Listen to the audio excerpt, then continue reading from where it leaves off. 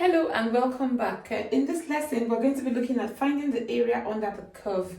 One of the applications of integration is being able to use the idea of the definite integral to calculate the area under the curve that is from the curve between the x-axis or the y-axis, maybe two numbers between the x-axis. So let's have a look at how this works.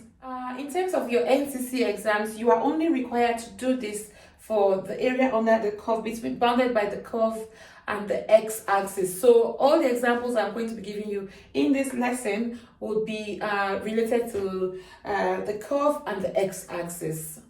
In this example, it says find the area bounded by the curve y is equal to 3x squared, x is equal to 2, x is equal to 3, and the x-axis. Oh, I think I missed the x out there. And the x-axis. So the area that you're trying to calculate now, if I do a little illustration to show you, to demonstrate that to you, and you're not required to do this illustration in the exams. I'm just doing it so that you can see sort of what's the area that you're trying to calculate looks like. So maybe you have that curve there. You have probably, this is not perfect now, y is equal to 3x squared, yeah? And this is y is equal to 3x squared. This is x, and this is y. And it says for x is equal to 2, maybe this is x is equal to 2, and x is equal to 3, yeah? It's talking about the x-axis, so you've got to be looking at it from the x-axis. This is the area that you're trying to calculate. So that would be the area that you are trying to calculate, yeah?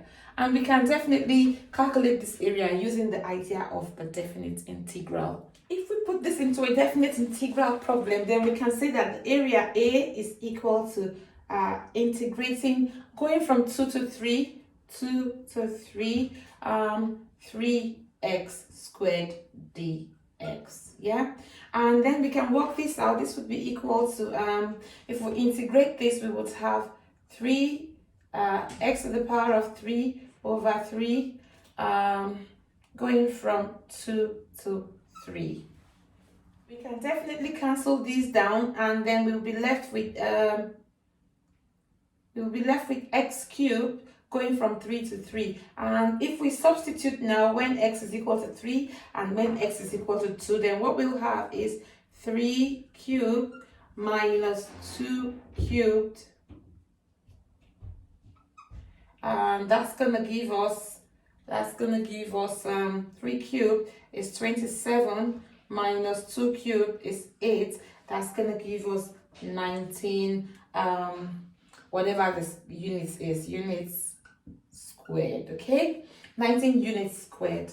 Because you're talking about area, you've got to take the absolute value. It's got to be the absolute value. So if you finish doing this calculation and you end up with a negative number here, then you've got to take the positive value, because area is usually the absolute value. It's usually the positive measure. Here's another example, and it says find the area bounded by the curve y is equal to 1 over the square root of x, and where for x is equal to 4 and x is equal to 9, and the x-axis, yeah? I know that it says y is equal to 1 over the square root of x, but you don't have to be, you don't have to panic about that. You know, in class we already said that 1 over the square root of x can be written as 1 over, we said that the square root of x, yeah, let's write it this way. The square root of x can be written as x to the power of a half. So 1 over the square root of x would be equal to 1 over the x to the power of half. And we can also write x to the power of half as 1 over x to the power of half as x to the power of minus 1 over half. And of course, when we're integrating or differentiating, we like to use powers, because the rules that we looked at the beginning of this topic all work with powers. So we want to, as much as possible, try and leave our functions as powers, yeah, in this form, so that it's easy for us to integrate them. So now let's put that into a definite integral problem. If we say that area is equal to integrating from 4 to 9, x to the power of minus a half with respect to x. Then we can then say that is equal to x to the power of a half plus 1 over minus a half plus 1, going from 4 to 9. Minus a half plus 1 is definitely going to give us a half. And we're going to have the same thing on the bottom. That's going to give us a half. And then if we rewrite this as let's do some mathematical jiggery-pokery here. If we rewrite this as x to the power of a half divided by a half, then when you're dividing powers, you just have to keep the first fraction as it is, flip the second one, and change the sign. So let's do that. X to the power of a half times, we change the sign and flip this one. That's going to give us 2, and that will be 2x to the power of a half. So we can rewrite this whole part here as 2x to the power of a half. Yeah, and if we rewrite that as 2x to the power of a half, then we just need to do that substitution and subtraction. That's going to be 2x to the power of a half is the square root of x, 2 times the square root of 9, minus 2 times the square root of 4.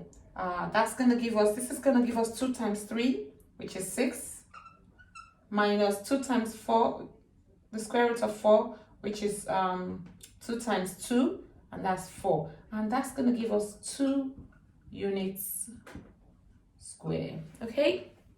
So that's everything you need to know for area under the curve with regards to the NCC exams. You just need to have a bit of assessed activity now. You need to go off to Moodle and complete the assessed activity. We reach Moodle, complete the assessed activities on there so that you can start to pick up your marks or you can start to work towards your final marks. Yeah, thank you for watching, and I shall see you in the next one where I'll be telling you about the volume of revolution.